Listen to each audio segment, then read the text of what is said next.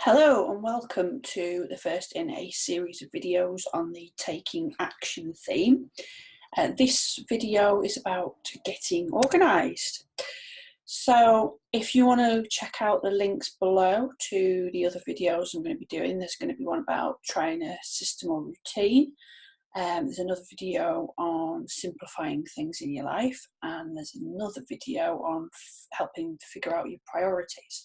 So if you want to have a look at those, just check out the links below. So this video is just going to be about getting organised. So I know that is generally easier said than done, especially if you are a mama. You know, you've got your kids in tow, probably a hectic life to lead. So it's not always the easiest thing to do, but it's a really, really valuable step in dedicating some time to, if you're really committed to reaching your goals, whether that's in your life in general or whether you've got a business and you've got goals set in that you want to be reaching. If you're going to carry out this process, you know, it's going to be different from person to person in how you find it, depending on your attitudes already and your feelings towards organisation in general.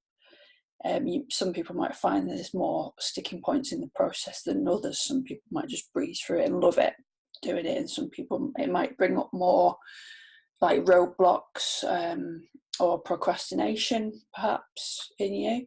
Don't be, you know, put off if that comes up for you. It's something to work through. And don't feel like you have to have it all. Don't feel like you have to have organisation organised, essentially, because it is different process for different people. So organisation, in a nutshell, why bother, essentially? But why bother is, some of the reasons are that it can stop you from having that kind of stuck feeling and help you to move forward. It can reduce that feeling you can get of overwhelm once you've got organised, essentially. You know, you may find it different where if you're organising a physical space, for example, and you get right to the beginning of that project and you look in a room or a cupboard or something that really needs organising, then, you know, naturally you are going to feel overwhelmed because there might be a lot to do. So that's normal. But once all the organisation's done and everything's been completed and you're kind of running on your life after that, the idea is that the process helped you to remove a bit of the overwhelm that maybe you would have still had in your life had you not carried it out. Organisation can also give us a sense of clarity and motivation.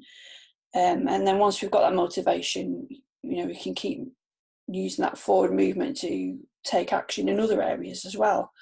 So, you know, something as simple as organising files on your computer perhaps may help you in other parts of your business, you know, to get moving, because you've got that kind of base day-to-day stuff that you always access, easily available.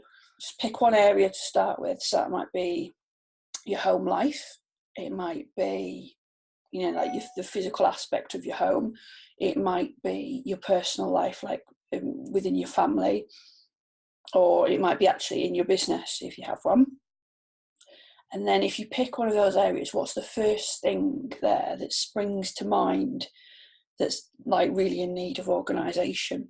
So it might be, again, it might be a physical space like a cupboard, or a spare bedroom which has turned into a dumping ground, or it might be something more abstract, like, you know, if you've got kids and they've all got different activities going on and you've got activities going on, mum and dad, and, you know, getting organised in terms of knowing who's doing what, that might be something that you want to focus on.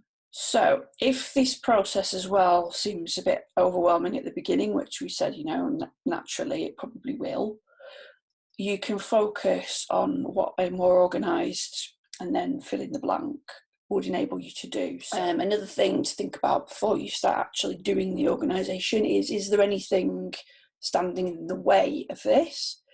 So have you maybe tried organising this particular thing you've chosen before? If you did it work out?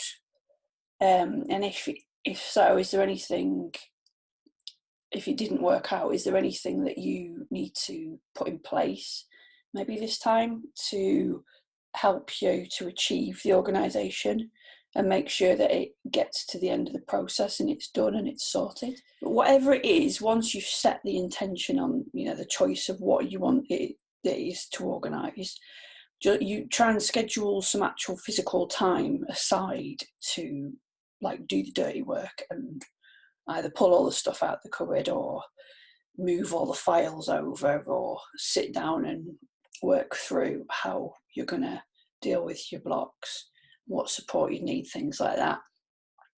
Just schedule some physical time to be able to do that, and be realistic about that physical time as well. So if you have found something that you want to get organised on and you want to make a start, and maybe you might need a bit of accountability, because let's face it, we all do a lot better with things if we've got accountability. So if you're wanting some accountability for your choices or your intentions, then you can post about what it is you've chosen to organise in the Multipassionate Mamas Facebook group. So if you're not a member of that, I'm going to put the link below and you can check that out, maybe join the group and just post your intention for some accountability.